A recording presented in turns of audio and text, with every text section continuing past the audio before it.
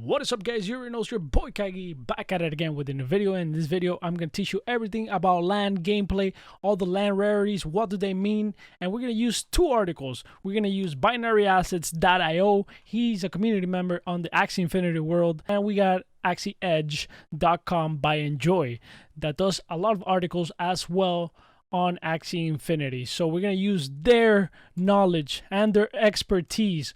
Also, we have a giveaway by playtoearn.net. They're an amazing website.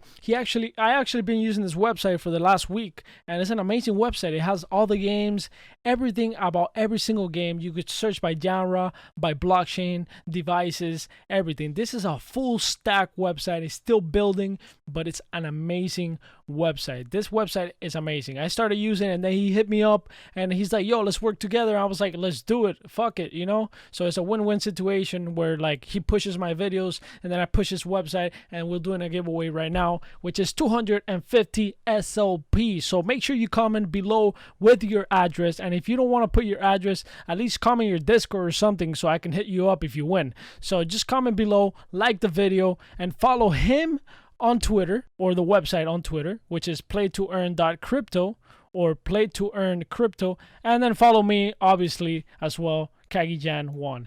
Alright, so let's get started. Here's the map right here, and the first thing you want to know is that the initial land sale offers 17,207 plots right here on this quadrant of the map. So we still have 3 quadrants to be sold. There is 5 types of lands. We got savanna, we got forest, we got arctic, we got mystic, and we got a special land. So savanna land is furthest from the center, so it's in the outside of the map. Then you got the forest, which is a little bit closer.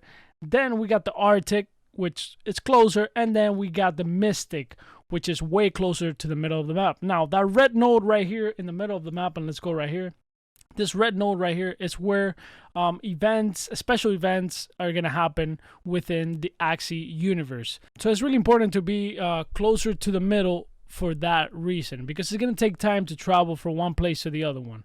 And also we got special lands. We got Genesis lands, and then we got Luna's Landing, which is the red node. The Genesis land is this one right here.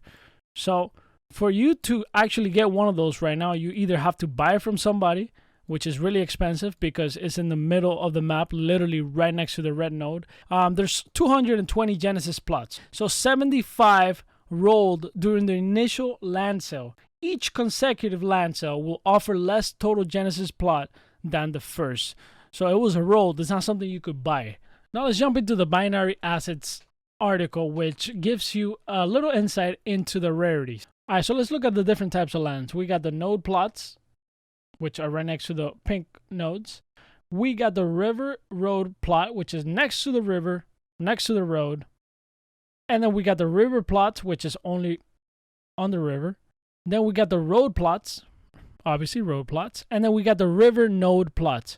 So if we look at this right here, basic plots, we got 61% of a total of 17,000. Road plots, we got 26% of those. Node plots, we got 8%. We got river plots, which is 2.5%, so it goes lower, and that's why they're more expensive. This is a reason why those lands might be more expensive. And then we got the river road plots, which is 0.41%. That's crazy. River road plots. We got the river node plots, which is 0.28%, and then we got the node road plots. These are the node road plots right here in this corner. Boom, boom. You got the node, and you got the road right here. Wow, incredible. All right, so the big question, what can you do with lands, and what are the buildings and locations? Okay, so we got the roads. 300% increase in Axie speed when traveling on roads. We know that traveling on an Axie Infinity map is going to be quite a task. So the closer you are to a road is going to be better for you. And your land plots, you can actually make them into a road. So if you think somebody should be able to get from point A to point B, maybe you'll buy all those lands in a row if you can actually get your hands on them and then build a road out of that. So you have the ability to do that. Then you got the rivers, which you cannot pass on foot. Roads over rivers are shown as bridges. So if we go right here, these are the roads. These are the roads. And these are the bridges right here. So let's say you want to make a road from this pink node, which is where the dungeons are going to go on. You want to make a road from this pink node to this pink node, and then just connect all these pink nodes right here so people can have easy access. Obviously, you have an incentive to do that because people are going to step on top of your land, and that means you're going to get governance tokens out of those people that step on top of that land. So that's one of the things that we know you could probably do in the future. You got hot springs. We don't know what possibly heals, you know. We got farmyard, grows herb. Who knows for what? Maybe for eating or something. I don't know. We got battle tent, which we don't know. Maybe to train your Axies. I don't know. Maybe to battle other players. Who knows? We got the food shop, sells food, possibly player owned. So possibly player owned means that let's say you go really far. You go really far where people don't have a lot of access to the middle. So maybe you could go right here, buy a corner land, boom, and put a food shop, right?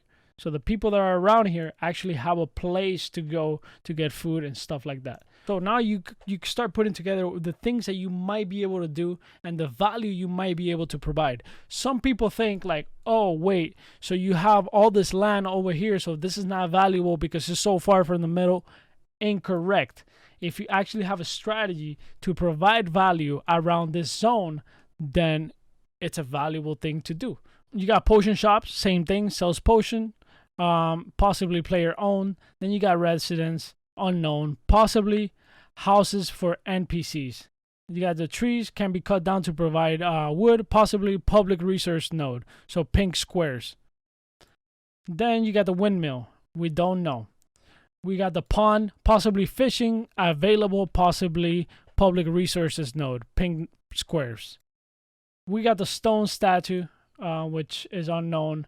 And then we got the quarry, can be used to harvest stone. If you read this right here, landholders can upgrade and customize their territory to host shops, chimera summoning beacons, produce resources, house NPCs, and even act as access points for dungeons. That is very important. Very important. Now, I'm going to give you a scenario. So let's say you buy a bunch of land over here, really far from a dungeon. So you got a dungeon right here, you got a dungeon right here. And this is a strategy that you could deploy. And you got to start thinking about this thing. So that's why not necessarily just being next to a road or closer to the map is the right strategy, right? You might have a different strategy. You're like, you know what? I'm going to provide value to the people that are not close to the middle. So I'm going to buy this plots right here. And then I'm going to put an access point to a dungeon. And so they're going to step on your land, and you're going to get governance tokens for people stepping on your land. So it all depends on the strategy you want to deploy. You might be like, you know what? I'm going to buy every single corner in the game so that when people are traveling on the roads, they see my land. They see my land. They see the value that I'm going to provide to them. You know, I'm going to put shops, I'm going to put whatever, etc., whatever you can put. There's a lot that we don't know, but these are just things that you got to start thinking about. Another strategy that you can do is that you know people are going to go to dungeons. You know people are going to go to the pink nodes to get resources. So another strategy you can do is like, you know what? Let me start buying land right next to pink nodes because people are going to step over this land for sure. And remember, if people step over your land, you're going to get governance tokens and resources and rewards.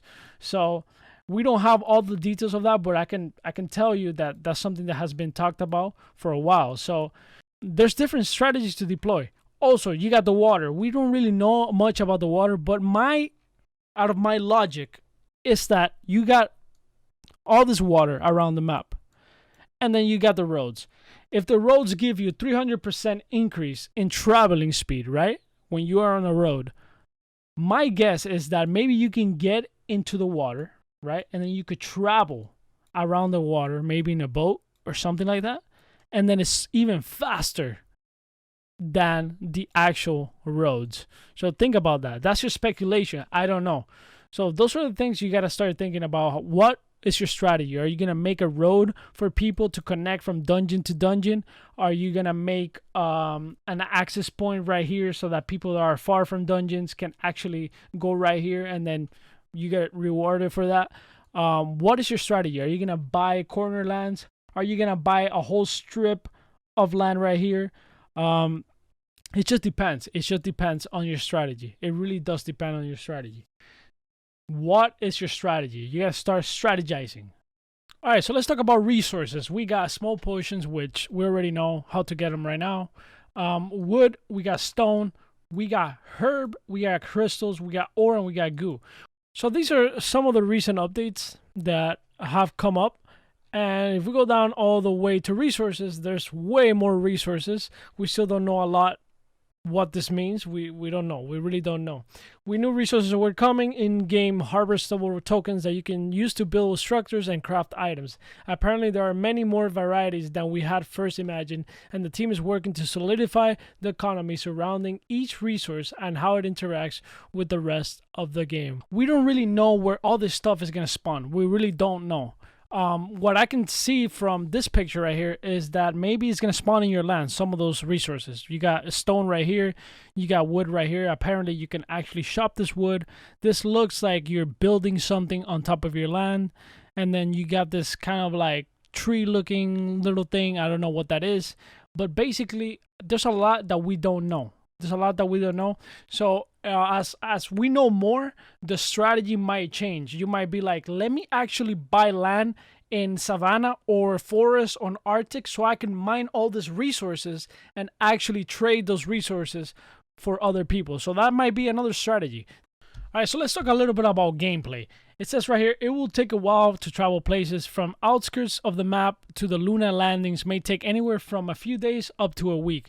Right, it says right here, this may be tweaked, and I'm sure it's going to be tweaked as we play the game, even when the game comes out. As we play the game, they're going to tweak it. If it's too much, if it's too little, people got to play it. People got to see how things work out.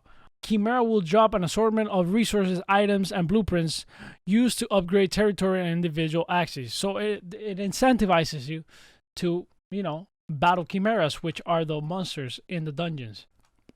Another thing we got is alliances. Alliances may be formed to pool land and resources. Artifacts may be created with the help of alliances to give alliance-wide buffs. That's incredible. Pooling land may also allow us to create larger buildings than we may be able to create ourselves. So if you put lands together with other people, with other alliances, maybe you could create a bigger thing, right? Then we got the pink squares, which we talked about, are public resources nodes and chimera spawn locations. These lands will also play a role in hosting dungeons and world events. Take all this with a grain of salt. Remember, this is not all 100% confirmed. Things are changing, and the team has said there are so many things you guys don't know about. We wish we could tell you everything. They have said they have things 2 years, 3 years ahead that we won't see for 3 years.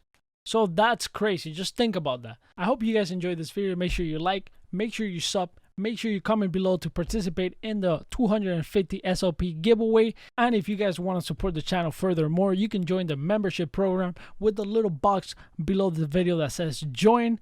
And I'll see you guys next video.